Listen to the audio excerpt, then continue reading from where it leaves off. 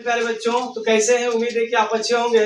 मैं पप्पू सर आप सभी को अपना YouTube channel Meena online classes में स्वागत करते हैं। तो चलिए आज के क्लास में हम लोग एक टॉपिक है विसरण और प्रासरण के परिभाषा के साथ साथ आज हम उसके अंतर को भी समझेंगे। तो सबसे पहले समझेंगे कि आखिर विसरण क्या होता है ना।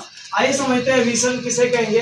अधिक सांद्रता से कम सांद्रता की ओर कणों के स्वतः फैलने की क्रिया को हम लोग विसरण करते हैं। यानी कोई भी जैसे आप कभी चीजों को जब कम सांद्रता से अधिक सांद्रता की ओर जब वो चीजें फैल जाती है, उस घटना को उस क्रिया को हम लोग विसरण कहते हैं।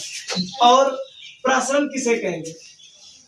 प्रासरण जल या विलायक का अर्ध पारगम या चयनात्मक पारगम झिल्ली द्वारा होने वाले विसरण को प्रासरण कहते हैं। अब इन दोनों टॉपिक में हम लोग अंतर को समझेंगे। तो विसरण और प्रासरण में निम्नलिखित अंतर होते हैं। सबसे पहले एक तरफ हमने लिया प्रासरण को, दूसरी ओर लिया विसरण को। तो प्रासरण क्या होता है यानी ओस्मोसिस क्या होता है, यह विलयनों का गुणधर्म होता है। यानी जो प्रासरण होता है वो विलयनों के गुणधर्म पर निर्भर करता है। या विसरण जो होता है, विसरण का संबंध गैसों तथा द्रवों से होता है। इस क्रिया में यानी प्रासरण की क्रिया में अर्धपारगम झिल्ली की आवश्यकता होती है, जबकि विसरण की क्रिया में अर्धपारगम झिल्ली की आवश्यकता इसमें अर्धपारगम झिल्ली की आवश्यकता नहीं होती है। इस बात को याद रखिएगा। चलिए, यह क्रिया निम्न सांद्रता से उच्च सांद्रता की ओर होती है, जबकि यह क्रिया उच्च सांद्रता से निम्न सांद्रता की ओर होती है।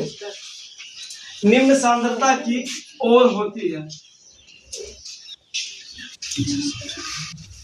चलिए अब हम लोग आगे का टॉपिक को समझेंगे।